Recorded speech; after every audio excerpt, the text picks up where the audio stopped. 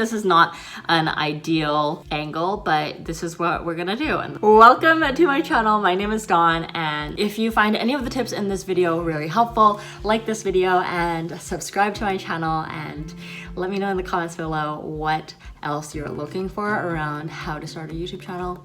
Okay, so my first tip is that you really don't need to be spending any sort of money in order to start a YouTube channel. Every single one of us has a smartphone, and if you don't, I'm sorry for assuming that you do, but you can definitely still film on your phone. I thought I needed the best camera out there to film more videos. I thought I needed a stabilizer, but I really don't. The only thing that I found most helpful is getting a tripod. I know a lot of people still don't use tripods and they've been doing well without it. Filming on my phone has been the most comfortable for me as well, so it's been really great. I am currently filming on my phone camera right now. It's not even the back camera, it's the front camera. My second tip would be, if you want to spend some money on anything important, the most important thing would be spending money on a microphone. I think I'm using my AirPod microphone.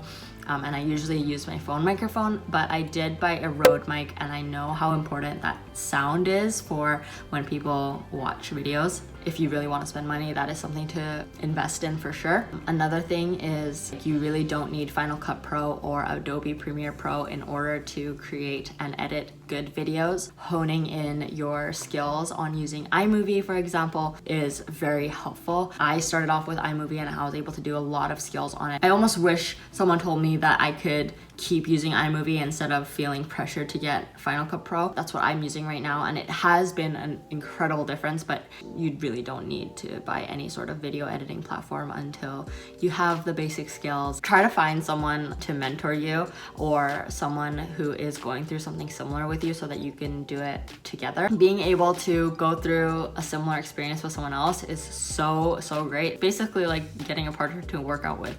You can motivate each other, you can push each other, and you can encourage each other while you're going through the hard stuff. Not being able to discuss that with someone in particular has been tough for sure. And if you want to reach out to me when you're starting a new channel, I would love to connect with you and talk to you about everything I've learned and everything that I've struggled with, because there's a lot of like self-doubt that happens, especially in the creating space. So I've recently watched a beautiful podcast from JK News about sacrifice and creating content in general, and how you have to work through it and master skills in order to get to where they are, basically. It was an incredible conversation, and it was super motivating for me and grounding to like realize that my intention, like really to share my experiences and how much fun I'm having in my life, and like share that with my friends and family. So I will definitely link that if you are interested. If you want, you can reach out to me at any time on Instagram. I would love to have a conversation. Trust in the process. I know what you're going through is probably really difficult. Your content is not going to be perfect. Sometimes it's not even what you envision.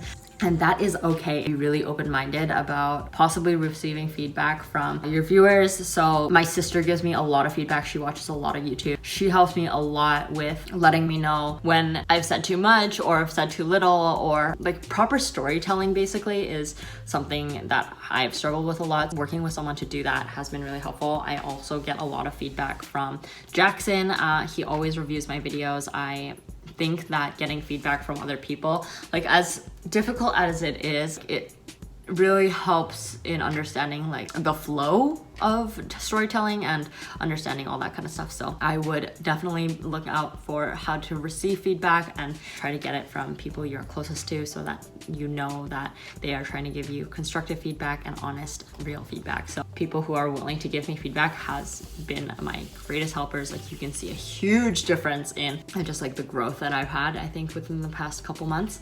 And it's just been so helpful and like lovely to like talk about everything that I'm doing with the people I love. Okay, my last tip is, if you are doubting yourself about creating content because it's not up to your standard, you really need to figure out what your intentions are for creating YouTube content, or just like content in general. If your intentions aren't right, then people will see through that and you will definitely burn out. And that's something that JK News discussed as well in this sacrifice conversation that they had. I often question whether or not I have the right intentions for this, and I always come back to, I'm sharing what I want to with my family and friends. It's been really great to feel grounded in that, and I don't know, I just wish someone told me to basically write down your intention somewhere so that you can look back and like always be grounded about like, okay, this is why I started, this is what I'm doing. If you have any questions around anything, if you want me to share how I edit my videos on iMovie, Final Cut Pro, or whatever, let me know. I would love to share that if that's something of interest. Thanks so much for watching. If you found any of the tips helpful, give it a thumbs up and subscribe to the channel